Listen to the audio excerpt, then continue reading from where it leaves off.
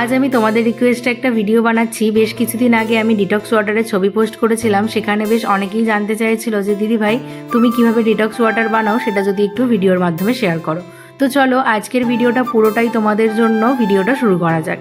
তো detox water বানানোর জন্য লাগবে যে কোনো কাচের জার বা একটা কাচের বোতল।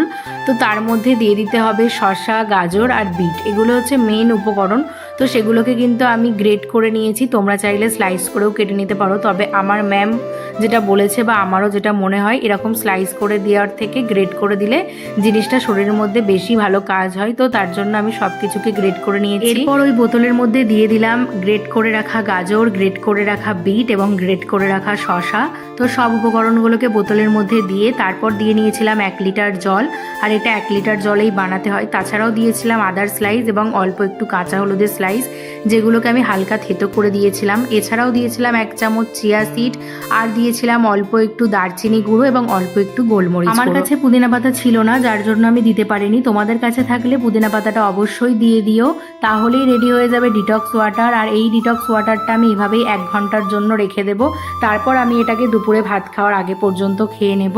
তো চলো তাহলে আজকের ভিডিওটা তোমাদের কেমন লাগলো জানিও। আর ডিটক্স ওয়াটার খেলে কিন্তু আমাদের ত্বক খুব ভালো উজ্জ্বল হয়।